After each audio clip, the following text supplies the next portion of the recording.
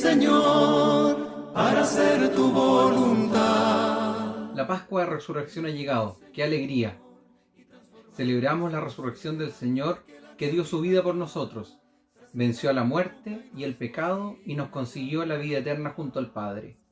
Es Pascua de Resurrección, pero es una extraña fiesta, como no recordamos jamás. Estamos contentos por un lado, aunque permanecemos encerrados en nuestras casas junto con los nuestros, con fe, pero atemorizados y expectantes. Quizá no haya otra época en que experimentemos más cercanía en la escena del Evangelio que estas circunstancias que hoy vivimos como humanidad, en el encierro, esperando la luz de un nuevo amanecer. Al hacernos presentes en el texto de Lucas en este día, tenemos que hacernos una necesaria mirada en nuestro espejo social. Y es que estamos acostumbrados a que todo sea instantáneo. Si queremos algo, lo queremos ya mismo. Pedidos ya, dice la propaganda. El café instantáneo.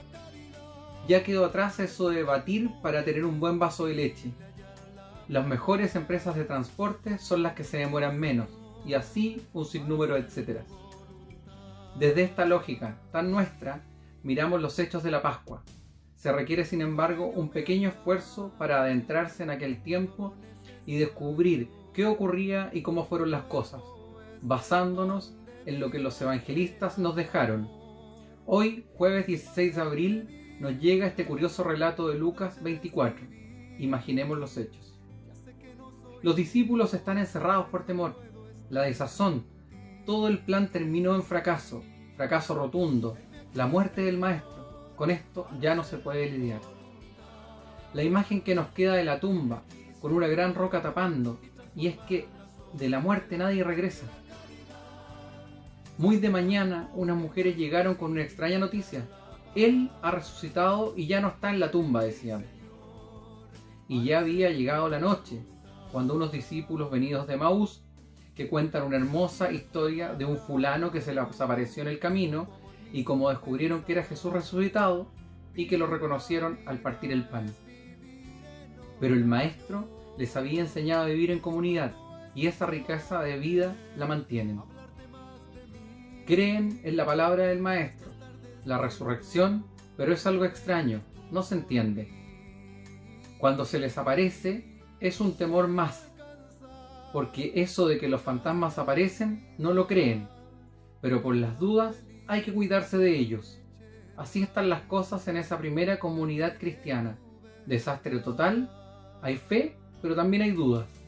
Hay dolor y hay miedo, aunque la fe flaquea, no se derrumba. Cuando queremos abordar los hechos, reconozcamos que el miedo coarta a las personas, las empequeñece, las arruga interiormente, las fractura.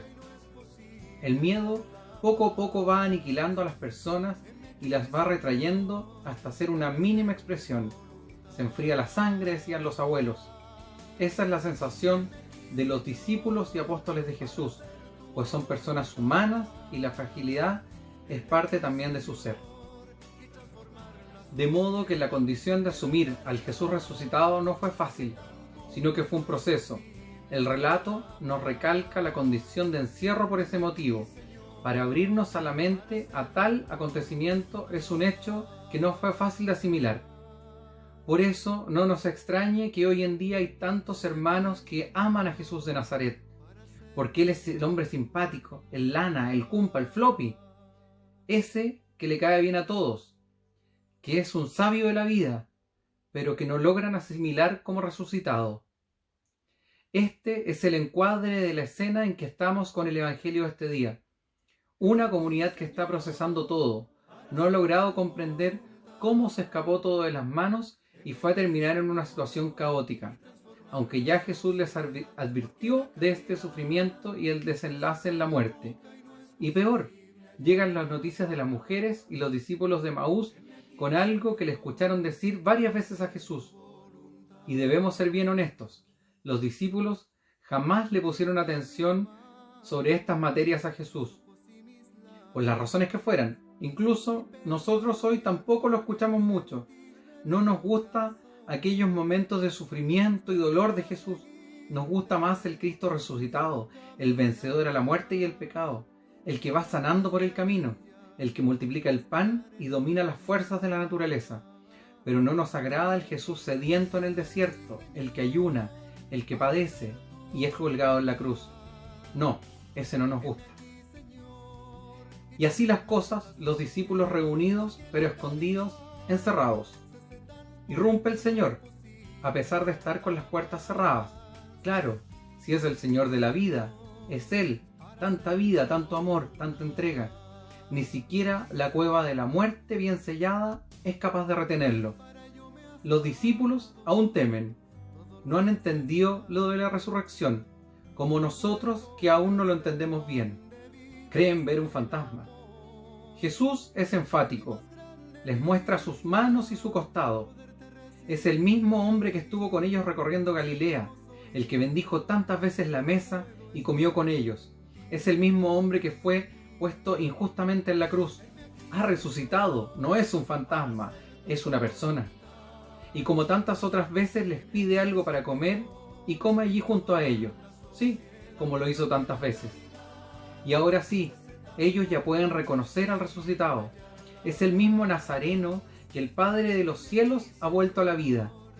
Y en él se cumple toda la ley y los profetas.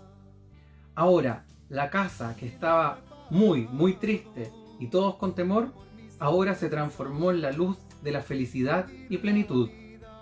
Ahora la comunidad de primeros cristianos entiende que la muerte con su olor nos muerde, pero no tiene la última palabra. La última palabra siempre se da del Señor de la vida y de la historia, Jesús el Cristo. Hoy estamos viviendo encerrados, con temor, iluminados por la fe, la fortaleza de la fe en el que ha vencido a la muerte. El resucitado no hará que desaparezcan las dificultades, pero nos dará la fuerza para enfrentar el sufrimiento, la injusticia y la enfermedad con valentía. Porque hemos sido llamados a la vida, y esa resurrección ya se hace historia en el presente de una vida digna, en la sonrisa amable que compartimos. La vida y la esperanza que tenemos en ella es ya resurrección. La vida es la columna vertebral de toda existencia. La muerte quiere atemorizarnos, y las noticias de la muerte de personas ya no son estadísticas, son nombres. Y nos encerramos, pero nos encerramos para ser comunidad, para compartir el amor y la entrega que liberan, y junto con Jesús, el resucitado, que se sienta a nuestra mesa. Transformaremos estos momentos de oscuridad en gran luz de esperanza y felicidad, porque Él jamás nos ha dejado solos. Heme aquí, Señor, para hacer tu